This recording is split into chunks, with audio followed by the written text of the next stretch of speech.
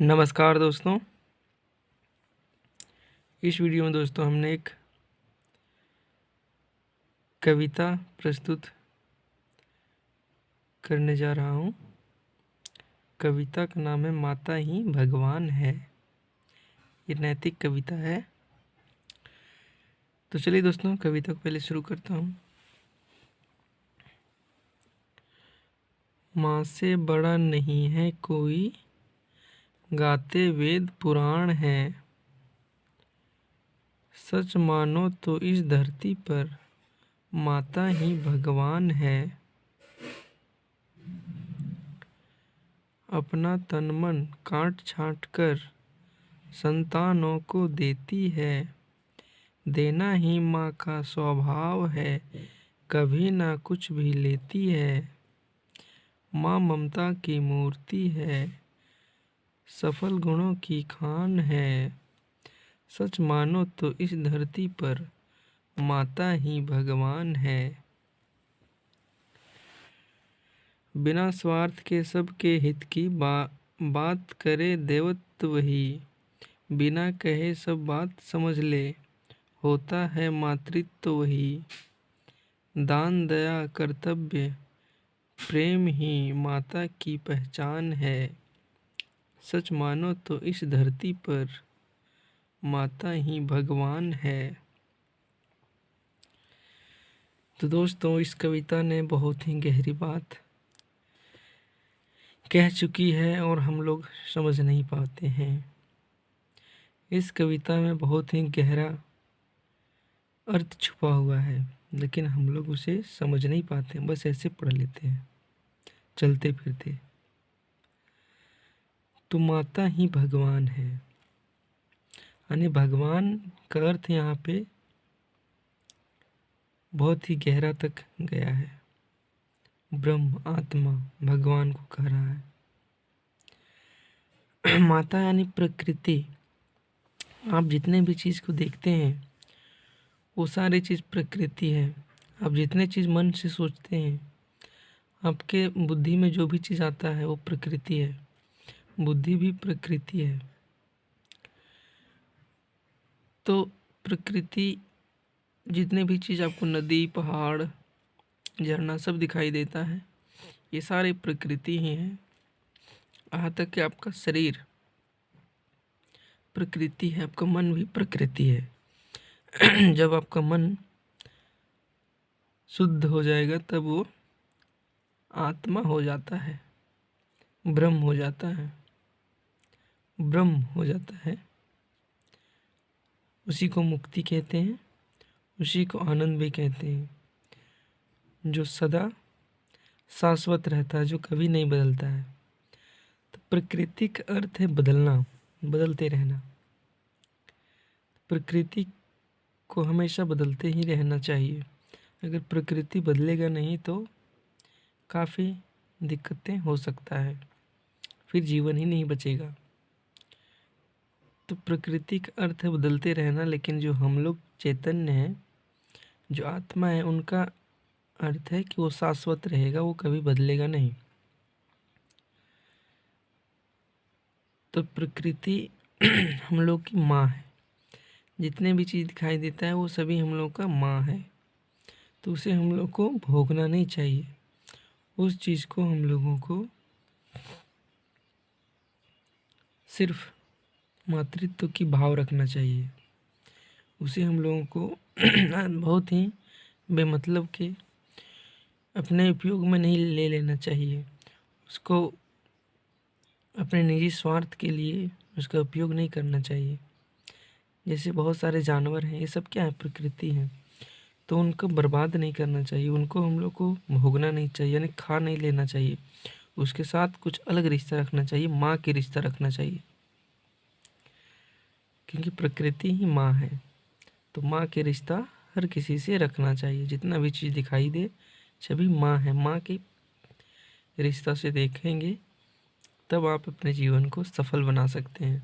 आप फिर सफल हो गए। जैसे ऋषि मुनि जितने भी प्रकृति को अपने माँ की समान मानते, वो कभी कोई भी चीज़ को देख करके उनको तरफ आकर्षित नहीं हो जाते, उनको भोगने नहीं लग जाते हैं, उनको खाने पीने नहीं लग जाते हैं, फालतू में बर्बाद नहीं करने लग जाते हैं, उनको अपने माँ मानते हैं और उसी तरह से उन लोग अपने जीवन को बिताते हैं और अपने आत्मा में उन लोग जीते हैं, यानी शाश्वत रहते हैं। कोई भी चीज़ की इच्छा नहीं होती, आत्मा में कोई इच्छा नहीं होती, उनमें उनको अचिंत्य कहा गया, यानी उसमें कोई चिंतन नहीं हो, चिंतन होता है, चिंता नहीं होती है।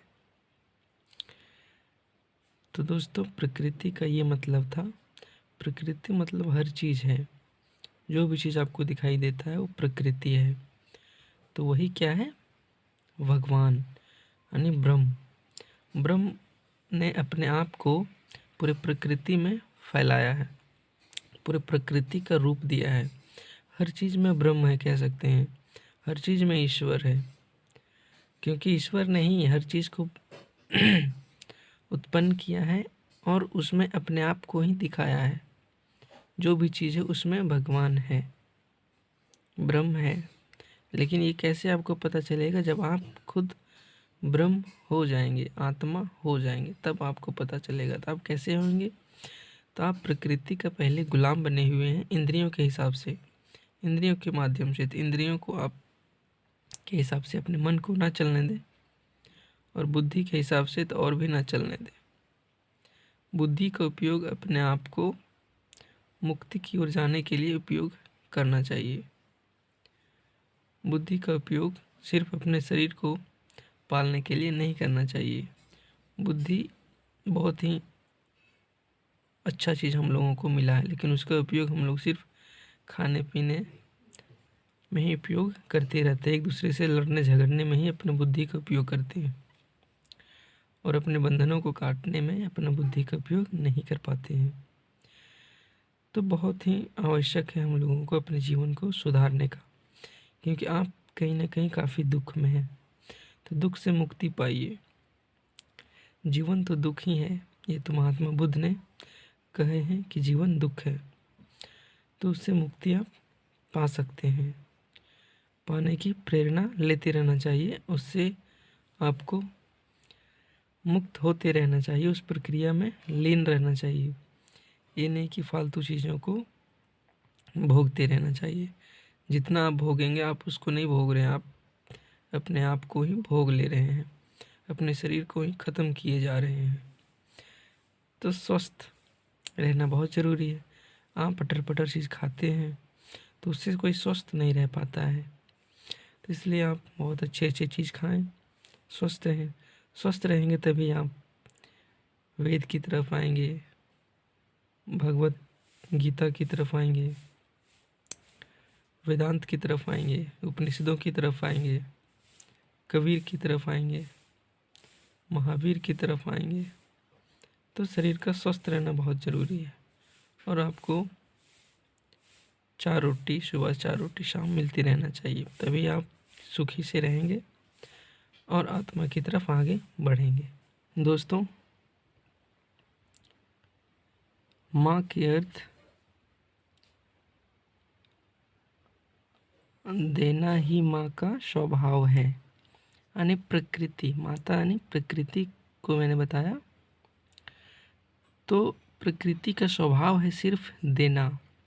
जैसे नदी आपको सिर्फ वो पानी देती रहती है, वो कभी भी नहीं मांगती आपसे कुछ भी। जैसे पौधा आपको कभी भी कुछ नहीं मांगती है, वो सिर्फ आपको फल, ऑक्सीजन, हवा, शुद्ध वातावरण देती रहती है। जैसे जानवर आपको वो कुछ नहीं मांगते हैं, वो अपना दूध, अपने बाल, जैसे भेड़ हैं तो आपको वो देते रहते हैं सिर्फ, वो कभी भी हम लोगों से कोई मांग नहीं करते हैं। फिर इसी तरह से आप कुछ भी कह सकते हैं, जैसे सूरज आपको हमेशा रोशनी देते रहते हैं और कभी भी आपको उसके बदले में कुछ नहीं मांगता है।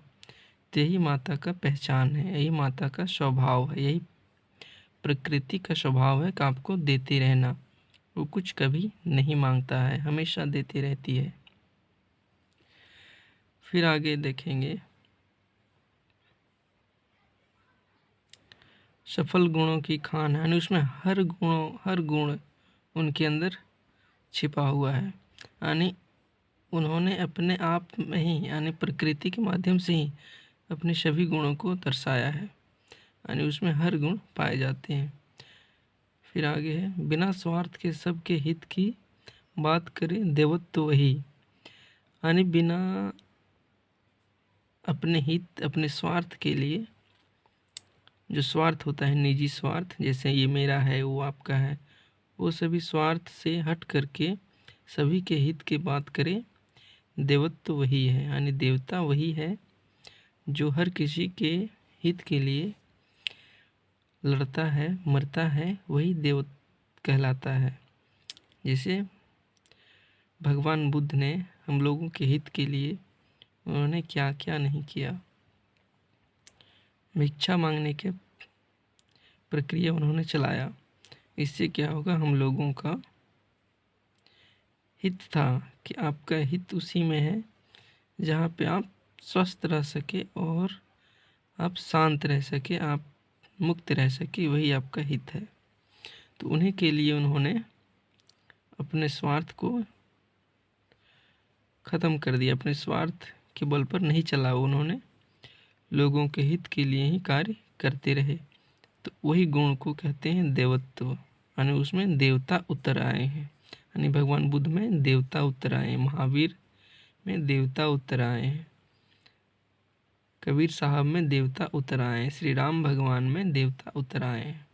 उन्हें वही गुण को देवत्व कहते हैं, जो अपने स्वार्थ को नहीं देखता है, दूसरे को हित को सिर्फ देखता है, वही देवत्व कहलाता है दोस्तों। फिर है आगे, यानी बिना कहे सब बात समझ ले, होता है मातृत्व वही, यानी बिना कहे वो हर बात को समझ ले, मातृत्व वही है। जैसे पेड़ पौधा नदियाँ ये सब कुछ नहीं कहता है, फिर भी वो अपने आप में मस्त जीता है और उनमें चेतना तो होती नहीं है, वो प्रकृति के रूप में जीते रहते हैं, उनको किसी तरह का कुछ नहीं चाहिए, वो आपको सिर्फ देते ही रहते हैं, वही मातृत्व है। फिर आगे है, दान दया कर्तव्य प्रेम ही माता की पहचान है। प्रेम वो होता है जो किसी से निजता पूर्वक नहीं किया जाता है, स्वार्थ पूर्वक नहीं किया जाता है, वो प्रेम कहलाता है। जैसे किसी एक से प्रेम आप नहीं कर सकते, पूरे पृथ्वी से आप प्रेम करें, पूरे प्रकृति से आप प्रेम कर सकते हैं, वही प्रेम सच्चा प्रेम कहलाता है। बाकी जो इससे प्रेम उससे प्रेम, वो झूठा प्रेम होता है। तो बस दोस्तों इस वीडियो में इतना ही, और मैं आशा करता हूँ आपको ये समझ में आया होगा, और मैं चाहता हूँ मेरे वीडियो को शेयर करें, अधिक से अधिक लोगों तक पहुँचाएं और मेरे चैनल को ग्रोथ करवाने का प्रयास करें दोस्तों। तो बस दोस्तों इस वीडियो में इतना ही, और मिलते हैं अगली वीडियो में, तब तक के लिए नमस्कार दोस्तों।